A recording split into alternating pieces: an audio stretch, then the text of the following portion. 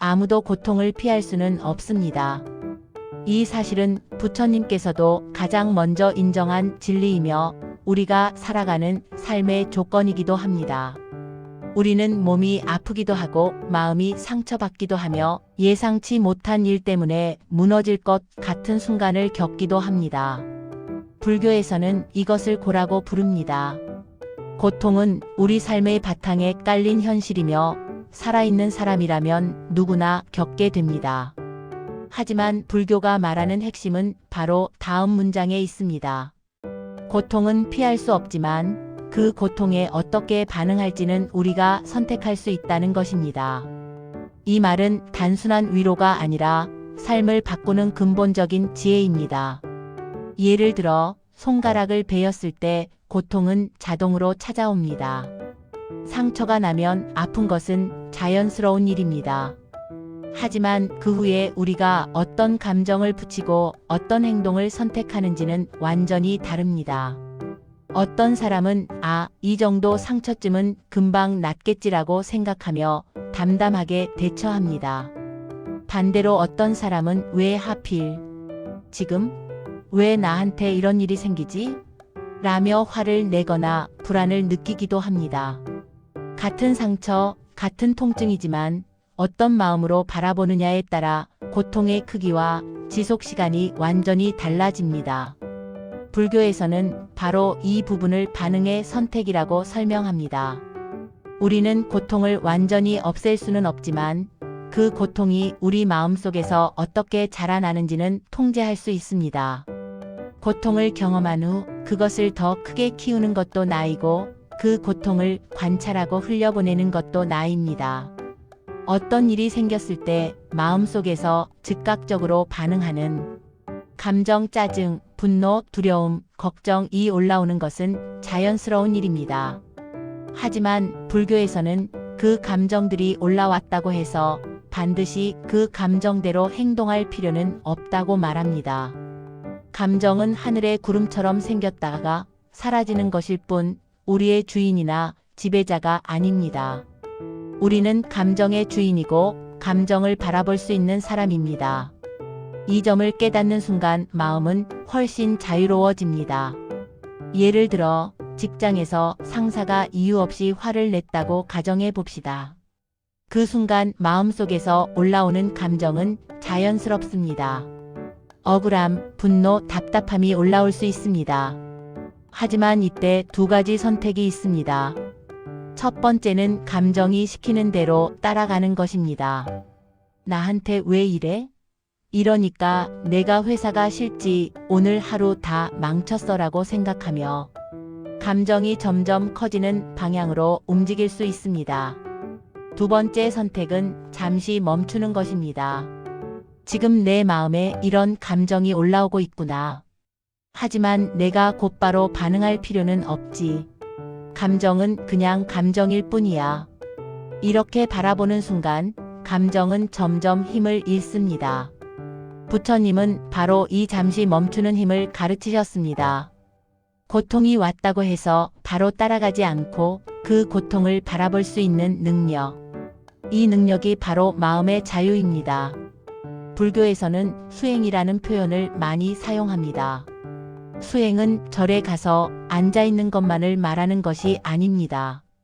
일상 속에서 감정이 올라올 때 한번 바라보는 것, 내 마음이 어디로 휘둘리려 하는지 알아차리는 것, 이 모든 것이 수행입니다.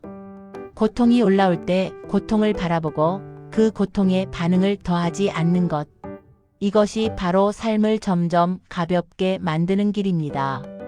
예를 하나 더 들어봅시다. 누군가가 나를 비난하거나 오해했을 때 우리는 보통 즉각적으로 반응합니다. 억울함이 치밀고 화가 생기고 그 사람을 반박하고 싶은 마음이 일어납니다. 하지만 불교적 관점에서 보면 상대의 말보다 더 무서운 것은 그 말에 내가 붙인 의미입니다. 상대의 한마디는 사실 바람처럼 지나가는 소리일 뿐입니다. 그러나 내가 그 말에 나는 틀렸어, 나는 부족해, 나는 무시당하고 있어 라는 의미를 붙이는 순간 고통은 몇 배로 커집니다. 부처님은 화살 하나를 맞는 것은 어쩔 수 없지만 두 번째 화살은 맞을 필요가 없다고 하셨습니다. 첫 번째 화살은 우리가 겪는 실제 고통입니다. 하지만 두 번째 화살은 우리가 스스로 만들어 쏘는 고통입니다. 왜 나에게 이런 일이, 나는 항상 이런 식이야, 앞으로도 계속 이럴 거야와 같은 생각입니다. 이런 생각이 두 번째 화살입니다. 그런데 우리는 대부분 두 번째 화살을 맞고 심지어 세 번째 화살, 네 번째 화살까지 스스로에게 쏩니다. 하지만 마음을 바라보는 연습을 하면 두 번째 화살을 피할 수 있습니다. 내가 지금 이런 생각을 하고 있구나 하고 바라보는 것만으로도 두 번째 화살은 힘을 잃습니다. 고통은 줄어들고 마음은 가벼워집니다. 또 다른 예를 생각해 봅시다. 누군가가 차 앞에서 끼어드는 상황을 겪었다고 합시다. 이런 상황은 누구에게나 스트레스를 주지요. 하지만 이때도 선택지는 똑같습니다. 뭐야, 저 사람은? 이러니까 운전할 맛이 안 나지, 오늘 왜 이렇게 일이 꼬이지? 같은 반응을 선택할 수도 있습니다. 반대로 이렇게 반응할 수도 있습니다.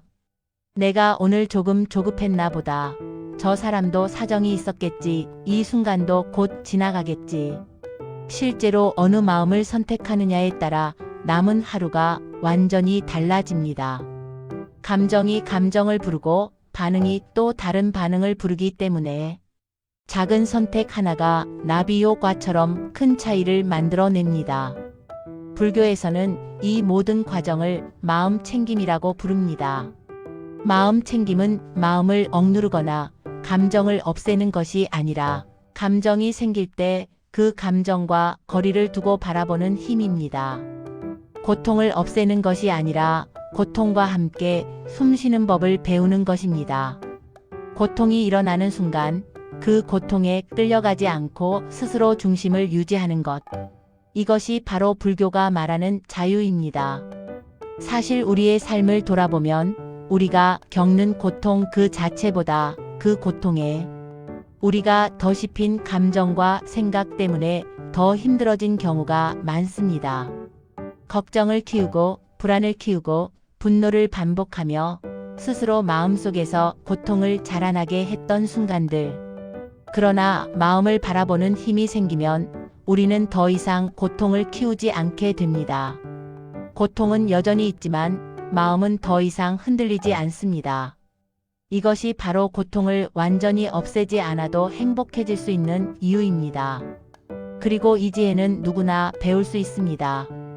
특별한 사람이 되어야만 할 수 있는 능력이 아닙니다. 내 마음을 바라보는 연습을 하루 한 번, 아주 잠시만 해도 마음은 조금씩 변합니다. 버스에서 기다리는 시간, 잠들기 전 1분, 혹은 마음이 불편해지는 순간마다 잠시 숨을 고르는 것. 이 작은 습관들이 삶 전체를 바꾸는 힘이 됩니다. 우리는 고통을 피할 수는 없지만 고통의 주인이 될 수 있습니다. 고통이 오더라도 허둥지둥하지 않고, 감정이 올라오더라도 휘둘리지 않고, 마음이 흔들리더라도 금세 중심을 다시 찾을 수 있는 사람. 이것이 불교가 말하는 지혜로운 사람의 모습입니다. 고통을 없애는 사람이 아니라 고통 속에서도 길을 잃지 않는 사람. 결국 불교의 이 가르침은 삶을 더 단단하고 더 부드럽고 더 지혜롭게 살아가는 사람으로 성숙하게 만들어줍니다. 고통이 있어도 괜찮습니다. 중요한 것은 고통 이후의 선택이며 그 선택을 통해 우리는 마음을 조금씩 해방시키고 자유로운 삶을 향해 조금씩 나아가게 됩니다. 결국 고통은 우리를 부수기 위한 것이 아니라 우리 안에 이미 있는 깨달음과 지혜를 일깨우기 위한 초대장입니다. 그 초대장을 받아들이는 순간 삶은 조금 더 깊고 따뜻해집니다. 하지만 우리가 고통에 어떻게 반응할 수 있는지를 진정으로 이해하기 위해서는 마음이 어떻게 작동하는지를 알아야 합니다. 불교에서는 마음을 물결이 이는 호수에 비유하곤 합니다. 바람이 불면 물결이 일고 돌을 던지면 파문이 퍼지듯이 우리의 마음도 외부 자극에 따라 흔들립니다. 누가 한마디 말만 잘못해도 마음이 요동치고 작은 실수에도 마음 파문은 멈추지 않습니다. 그런데 물결이 이는 것이 문제는 아닙니다. 그것은 마음의 자연스러운 성질이기 때문입니다. 문제는 그 물결에 우리가 붙잡혀 버릴 때 일어납니다. 이때 불교는 마음 위에 떠오르는 생각과 감정을 나라고 착각하지 말라고 가르칩니다.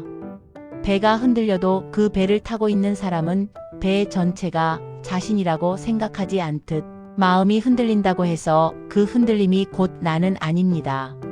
감정이 거칠어지고 두려움이 올라와도 그것이 나의 본질을 훼손하는 것은 아닙니다.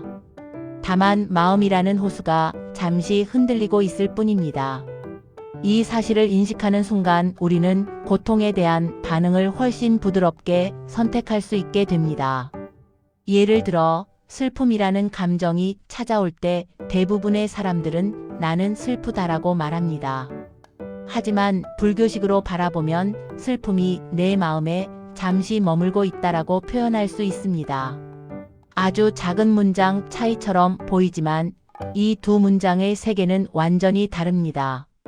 전자는 감정과 내가 동일하다고 생각하는 태도이며 후자는 감정은 마음을 지나가는 손님일 뿐이라는 지혜입니다. 감정이 나라고 생각하면 감정이 사라질 때까지 괴로움도 사라지지 않습니다. 하지만 감정이 찾아왔다가 자연스럽게 떠나는 현상일 뿐이라고 이해하면 마음은 그 감정을 억지로 쫓아내지도 않고 붙잡지도 않게 됩니다.